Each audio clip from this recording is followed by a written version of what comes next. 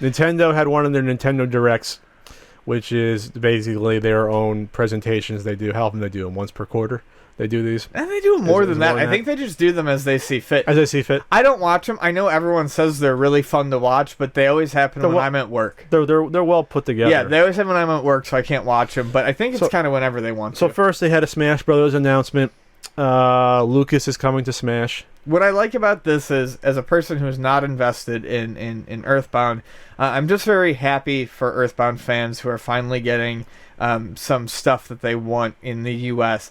And I don't know that I trust Nintendo to actually fucking do this, but I mean, everyone saw how quick the NES amiibos, sold.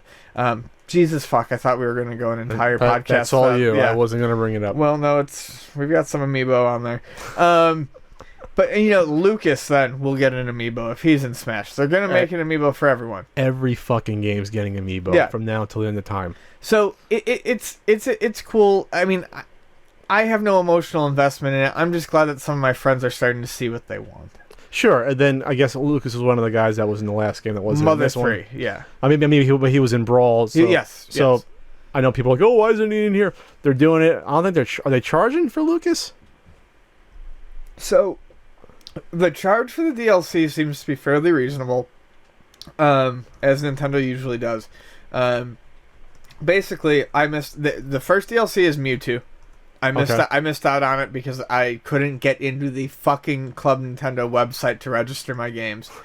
So instead of free... I thought you can't register your games anymore. Well, you could to a certain point, and it was March 31st was the last day to register. If you had the Wii U version and the 3DS version, you got Mewtwo for free. Huh. So Mewtwo's going to actually be $2.99 DLC, which is 100% reasonable for a brand new fighter in a game. Lucas is going to be $4.99. Didn't they first say that weren't going to do this for fighters? They said no, not exactly.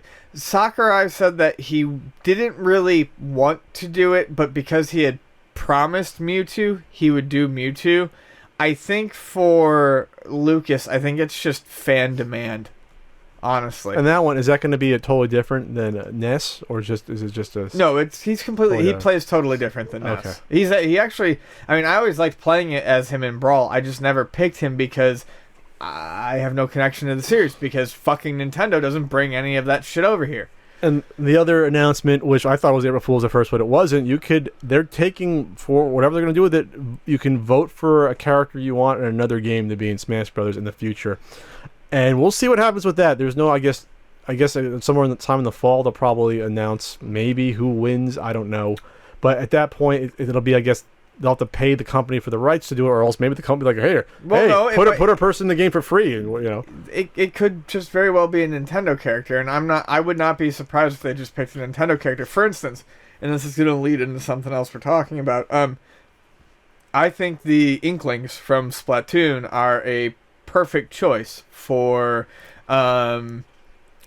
Smash, because you can leave a trail of ink behind, you can dodge into it, you can move around, you've got mobility moves, you've got a gun.